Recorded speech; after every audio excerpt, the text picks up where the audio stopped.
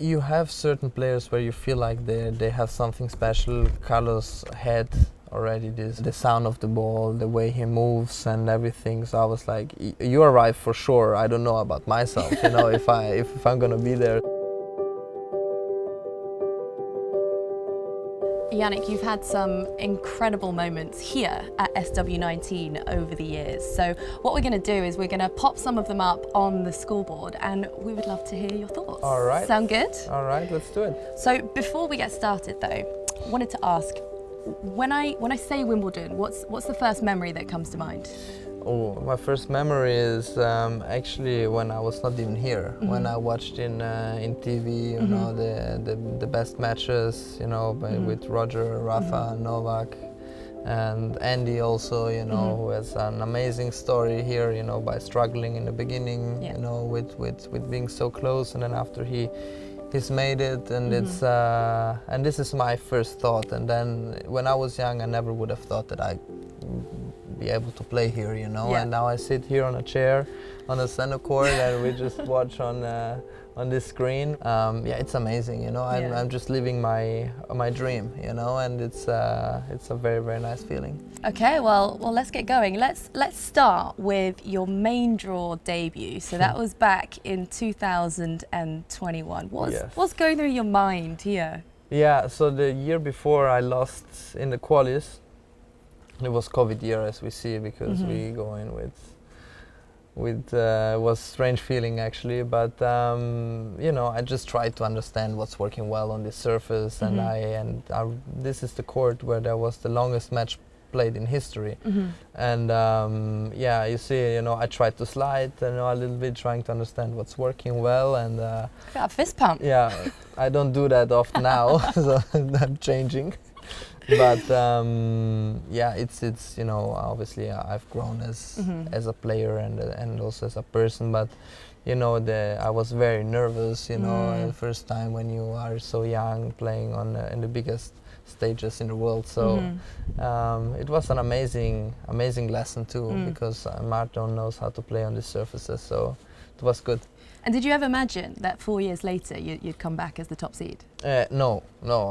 As I always say, it's everything what I'm living in and what I have achieved in the past. It's just something what I not even dreamed of. It you know, would have never been reality. And now I'm just here, maybe because that's my mentality. You know, just being happy even if you sometimes lose some matches. But you know, you always have to remind yourself that where you're from. I'm from a very small town with not even 2,000 people, and we come from a ski resort, and I'm just a tennis player. It's just amazing. So no, I would have never thought to come here as #1 seed.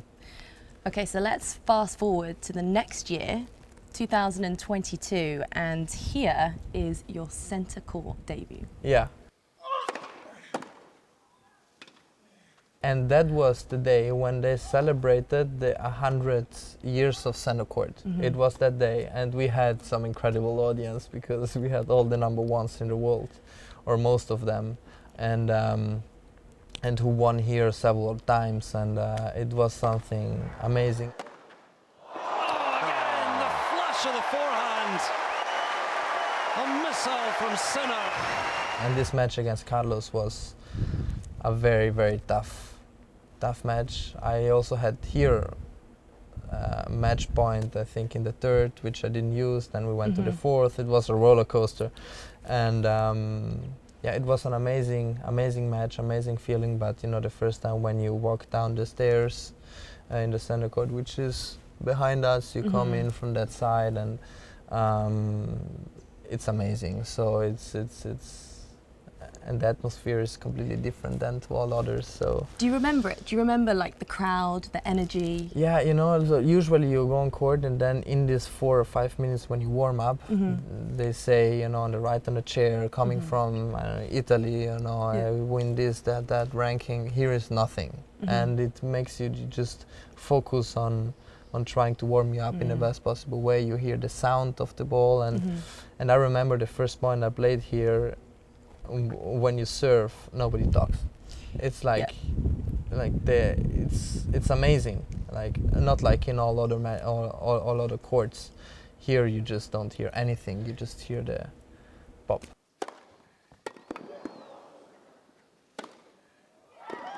He has it now. Jannik Sinner. And here I won. It's an amazing feel. Relieved. Relieved. Is that the overriding feeling, relief rather than pride or joy? First time it's always relieved. Yeah. Then after, when you do second or third time, it's, you enjoy the moment. You smile to your coach's box and you're just like, yeah, look where I am. I'm standing on center court and I'm just smiling to you. So yeah, it's many emotions are going through in ups and downs. Obviously, tennis is so up and down, but you always have to find a way to be normal. Yeah. In chaos and trying to find solutions. So yeah, it's nice feelings. Did you know at the time, after you played Alcaraz, that could potentially be the start of such an incredible rivalry? Like, you have certain players where you feel like they have something special. Carlos had already this when he was young, when we played in the challengers. You see straight away, the sound of the ball, the way he moves and everything. So I was like, you are right for sure. I don't know about myself, if I'm gonna be there. So and now we share the last 6 Grand Slams together, which is very nice to see, and it's good also for the new generation. The new generation is coming. Everyone has different game styles, and you have to adapt to that. And so it's tennis is unpredictable, and everything can change so quickly. Maybe one has an injury, you never wish for that, but maybe it is, and you never know what's coming. So I'm very curious to see what's coming in the future, because we cannot predict, and there are so many great players. And but yeah, it's gonna be interesting to see. So until now, he's won much more, which he deserves to be where he is. And but in the other way, I just go down my path and my way, because that's how I arrived here, and I will keep going. Do you remember what you said to him at the net? You just incredible match. Wish you best of luck for the end of the season. Yeah. It's always the same, because you just have a couple of seconds. So usually you just say that. So but yeah.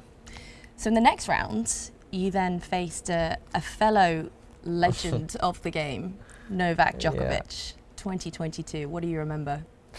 I was very nervous that day because with him, I felt like the history going into the court too, because he has won so many times. Jannik Sinner in his first quarter-final at Wimbledon, and the youngest in 8 years. Novak is the kind of player who, if he wants, he never misses, and he just makes you feel so average at times. And I had that feeling the first times when I played against him, and I was up here 2-0 against him.